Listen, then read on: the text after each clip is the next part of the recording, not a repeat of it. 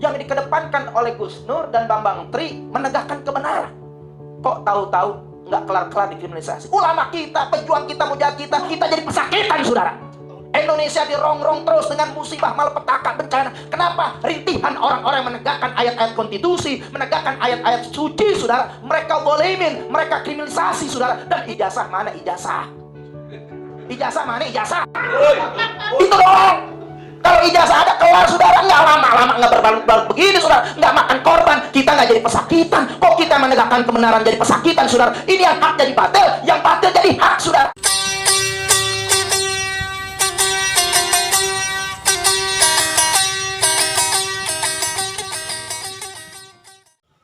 Bismillahirrahmanirrahim. Assalamualaikum warahmatullahi wabarakatuh. Sahabat parameter 99 yang saya cintai dan saya banggakan dimanapun Anda berada.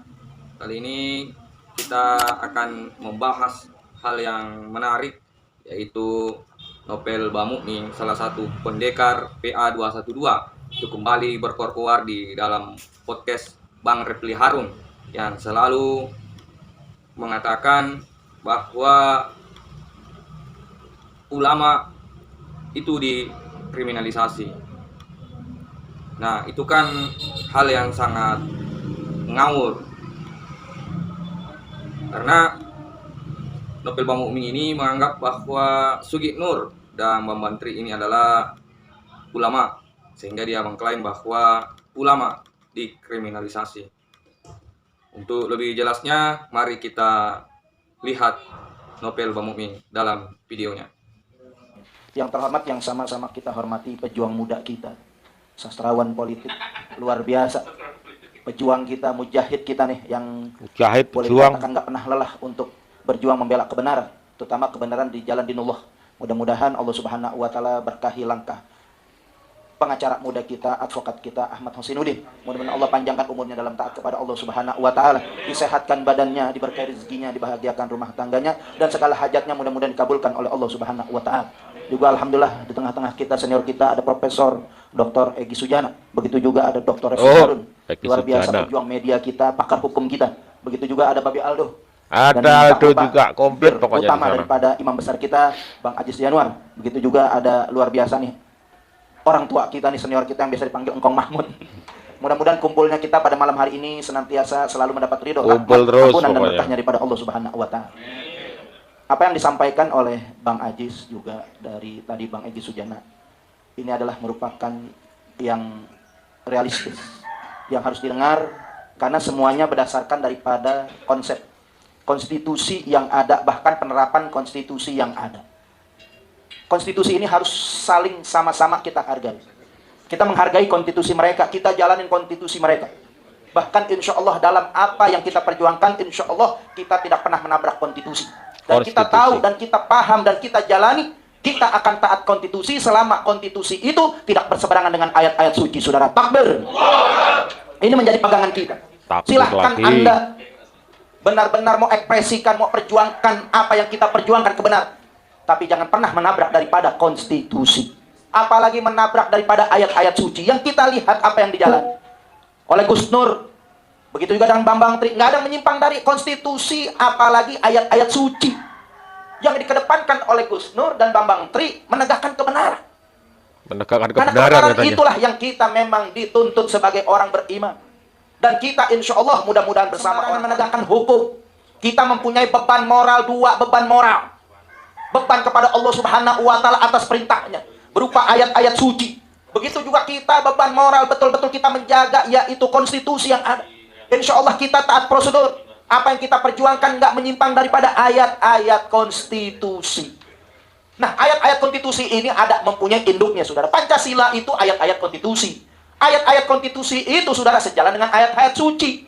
Di mana Pancasila, sila pertama ketuhanan Yang Maha Esa, itu sejalan dengan apapun yang ada kita perjuangkan, termasuk Gus Nur.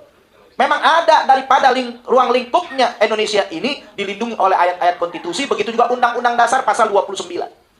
Apa yang kita jalanin ini, kok tahu-tahu nggak kelar-kelar dikriminalisasi? Ulama kita, pejuang kita, mujahid kita, bukan orang bego, saudara. Terus mereka aja berpendidikan, ada profesor, doktor di sini, ada pakar hukum di sini. Kok kita jadi pesakitan, saudara? Innalillahi wa inna ilaihi raji'un. Silahkan berpolitik-politik yang sehat, saudara. Jangan politik yang zalim, kriminalisasi. Memang Allah Subhanahu wa taala. Betul-betul secara konstitusi kita bisa jadi mainan mereka. Bisa menjadi pesakitan mereka, sudah. Tapi Allah Subhanahu wa taala beri pembalasan yang lain, sudah. Indonesia dirongrong terus dengan musibah, malapetaka, bencana. Kenapa? Rintihan orang-orang yang menegakkan ayat-ayat konstitusi, menegakkan ayat-ayat suci, saudara. Mereka zalimin, mereka kriminalisasi, saudara. Dan ini nggak pernah ada terjadi sebelum di zaman rezim-rezim sebelumnya, saudara. Jadi betul-betul kita prihatin saat ini, saudara. Kok justru yang bermasalah, saudara? Itu mana? Kita mau lihat, saudara, kenyataannya, kebenarannya. Ijazah mana ijazah? Ijazah mana ijazah? Ijazah lagi. Itu dong. Kalau ijazah ada keluar, saudara, nggak lama-lama nggak berbalut-balut begini, saudara, nggak makan korban, kita nggak jadi pesakitan. Kok kita menegakkan kebenaran jadi pesakitan, saudara? Ini yang hak jadi batil, yang batil jadi hak, saudara. Di mana nilai kemanusiaannya, saudara? Di mana nilai keadilannya, saudara? Di mana nilai unsur-unsur ketuhanan, saudara? Katanya kemanusiaan yang adil dan beradab. Ini udah nggak beradab, saudara. Keadilan, kemanusiaan yang adil dan beradab. Harusnya tahu, paham, udah hatam. Penyelenggara negara, pimpinan-pimpinan tertinggi seharusnya sudah lolos penataran daripada kemanusiaan yang adil dan beradab, betul? Ini yang kita junjung tinggi. Keadilan itu keadilan itu Allah Subhanahu wa taala memang perintahkan kepada kita. Innallaha ya'muru bil adli wal ihsan. Sesungguhnya Allah menyuruh kita untuk berbuat adil dan berbuat baik. Adil nggak cukup, saudara, tapi kita harus faktorkan baik. Baik secara apa? Baik secara akhlak. Kalau keadilan juga nggak secara akhlak, saudara, itu akan menyakiti. Bagaimana keadilan ini kita jalankan, dan juga bagaimana kita bisa berbuat adil, berbuat baik dalam keadilan, saudara. Nah, saudara, seharusnya ini menjadi pelajaran buat kita. Sudah lama kita menjadi pesakitan. Kalau Allah berikan balasan nggak tanggung-tanggung, sudah. Institusi, saudara, ternyata institusi dipenuhi oleh oknum-oknum yang bobrok, saudara. Betul? Luar biasa. Kita nggak pernah bisa melakukan perlawanan secara frontal. Tapi Allah tunjukkan bagaimana institusi itu dipermalukan oleh Allah Subhanahu wa taala.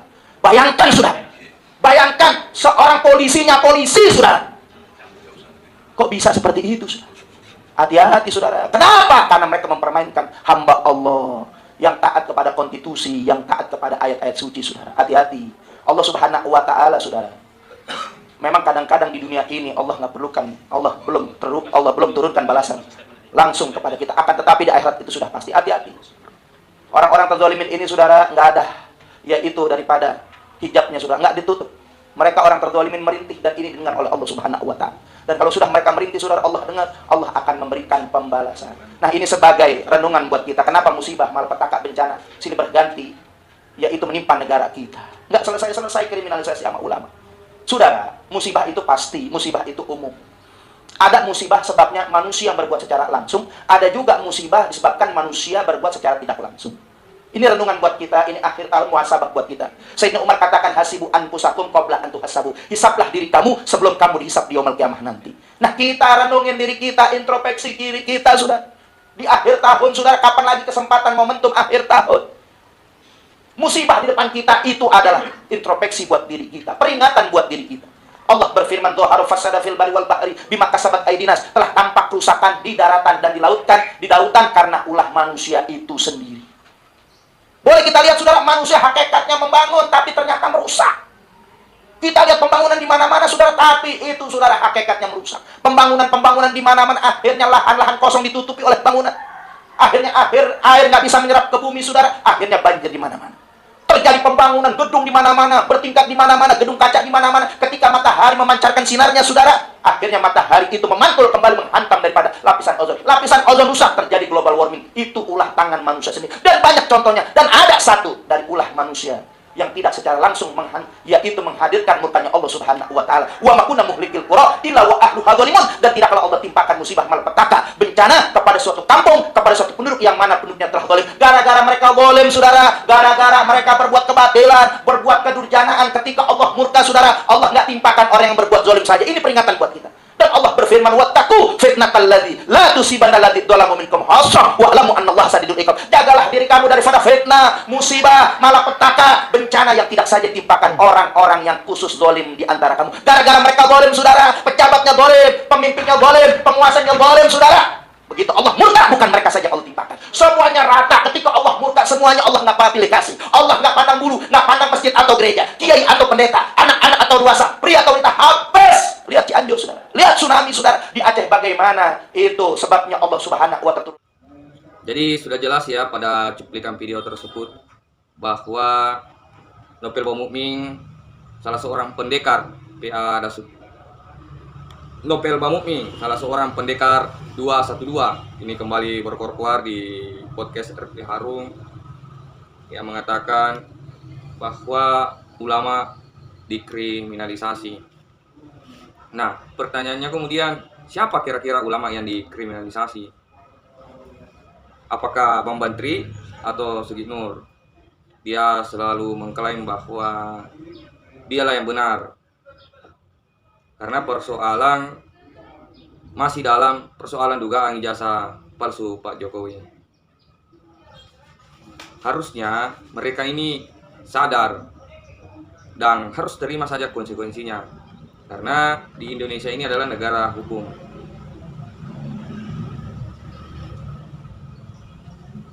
Jadi Bang Nopel ngomong ini berhentilah berkoar-koar bicara soal ijazah palsu Pak Jokowi.